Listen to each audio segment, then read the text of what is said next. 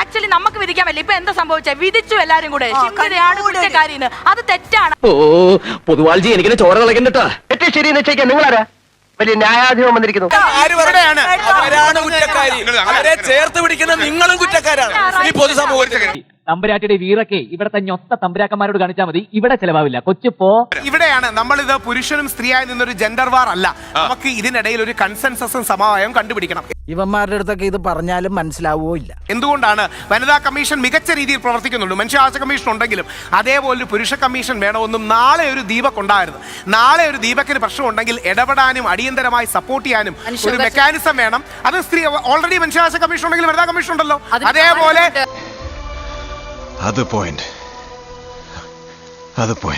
ഒരു പുരുഷ കമ്മീഷൻ വേണം. ആ കാരണം ആ ദീപകിന്റെ മരണമടക്കം ആ കാരണത്തിലേക്ക് ഇന്ന് കേരളം പോകും.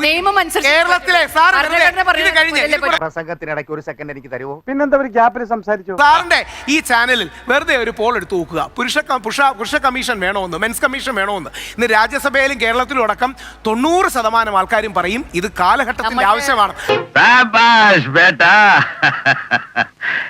ധീരന്മാരെ അഭിനന്ദിക്കാൻ ഈ ദാമോദരജിക്ക് എന്ന് സന്തോഷമുള്ളൂ. ആ ആവശ്യം പറയുന്നത് കേട്ടിട്ടല്ല. അതാണ് ജനാധിപത്യം മാഡം. കിട്ടിയല്ലോ, വലിയ വട കൊടുത്ത് വലിയ വട വാങ്ങിച്ചു.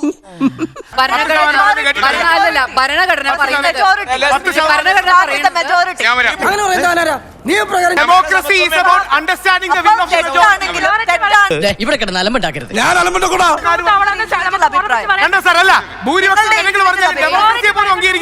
എന്നെ കഷ്ടല്ലേ? Common sense ഇല്ലാത്തതിന്റെ കുഴപ്പേ. അല്ലെങ്കിൽ ബുദ്ധി പറഞ്ഞു കൊടുക്കാൻ അവൻ ആരെങ്കിലും വേണ്ടേ? ആകെയുള്ളൊരു തൊട്ടിക്കൂട്ടുകാരൻ. എനിക്ക് വളരെ പ്രധാനപ്പെട്ട ഒരു കാര്യം പറയാനുണ്ട്. അതായത് ഇത് സത്യസന്ധമായിട്ടുള്ള കാര്യമാണ്. ബേസിക് റൂൾ എന്ന് പറഞ്ഞാൽ ഒന്നാമത്തെ കാര്യം അക്യൂസ്ഡ് ആയിട്ടുള്ള സ്ത്രീയുടെ പേര് പറയാതിരിക്കുക.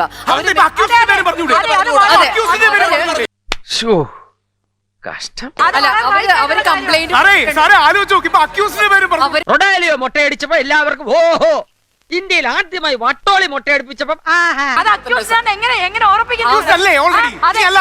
വിവരം വേണം, വിവരം. എല്ലാത്തിനും ഉണ്ടാവും reasons, but don't repeat it.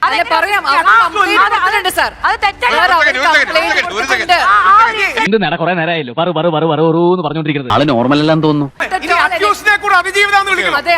എന്നാൽ ഈ കേസിലെ അതിജീവിതയെ കുറിച്ച് പറയൂ. ബാക്കി ഈ കേസിലെ അതിജീവിത എതിർഭാഗത്തിന്റെ നട്ടലല്ലേ തകർത്തേ? വക്കീൽ സാറങ്ങിക്കാർക്കിട്ടാ ഈ കേസിലെ ദീപകിനെ കൊലക്ക് കൊടുത്ത അതിജീവിത.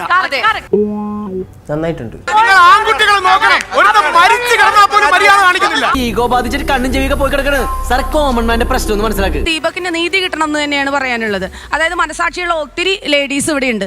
സ്ത്രീകൾക്ക് സംരക്ഷണം കിട്ടുന്നുണ്ട്, പക്ഷെ ആ സ്ത്രീകൾ തന്നെ അപ്പൊ അത് മിസ്യൂസ് ചെയ്യുന്നുണ്ട്.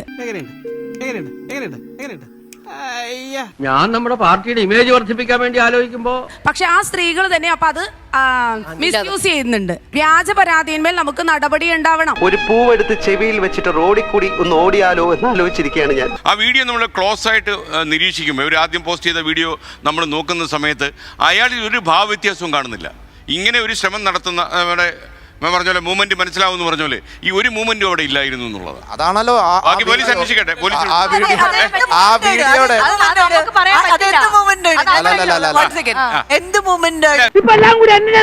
ഇതാണ് ഇവിടുത്തെ വ്യവസ്ഥ. We are living in a very cruel society. വളരെ വ്യക്തമാണ്. ചോദിക്കണം എന്റെ അമ്മൂമ്മയുടെ ചോദ്യം. ഈ ഷിംജിത എന്ന് പറയുന്ന വ്യക്തി പൊളിറ്റിക്കലി ആക്റ്റീവ് ആണ്. അവർക്കറിയാം അവര് ഒരു എന്ന് പറയുന്ന ഒരു പാവം പെൺകുട്ടിയൊന്നും അല്ല പെട്ടെന്ന് എടുത്തത് പബ്ലിസിറ്റി കിട്ടാൻ വേണ്ടി. അവരത് എടുത്തത് അവരുടേതായ ഉദ്ദേശത്തിന് വേണ്ടിയിട്ടായിരിക്കും അവരെടുത്തത്. അവരൊരു സോഷ്യൽ പേഴ്സൺ എന്നോ അല്ല പ്രസന്റേഷൻ എന്നുള്ള നിലയിൽ അവരതിനെ റെക്കോർഡ് ചെയ്യുന്നു. അച്ഛൻ പറഞ്ഞു ഇതിലും ഭേദം കട്ടപ്പാറയായി കക്കാൻ ഇറങ്ങുന്നതാണെന്ന്. ചോദിക്കാനും പറയാനും ഒരുത്തിനും ഇവിടെ വെള്ളരിക്കപ്പെട്ടനായിക്കൊണ്ടിരിക്കല്ലേ. ഗാന്ധിയെ കൊന്നതിന് രണ്ട് പക്ഷമുള്ള നാടാ സാറേ ഇത്. ആ പെൺകുട്ടി ഷിംജിതയെ നമ്മളിപ്പോ മനസ്സിലാക്കിയോടത്തോളം നല്ല ബോൾഡായിട്ട് സംസാരിക്കുന്ന ഒരു ജനപ്രതിനിധിയെ എല്ലാ കഴിവുമുള്ള ഒരു നല്ല വിദ്യാഭ്യാസം. പക്ഷെ വകനിരിവ് വട്ടപ്പൂജ്യം.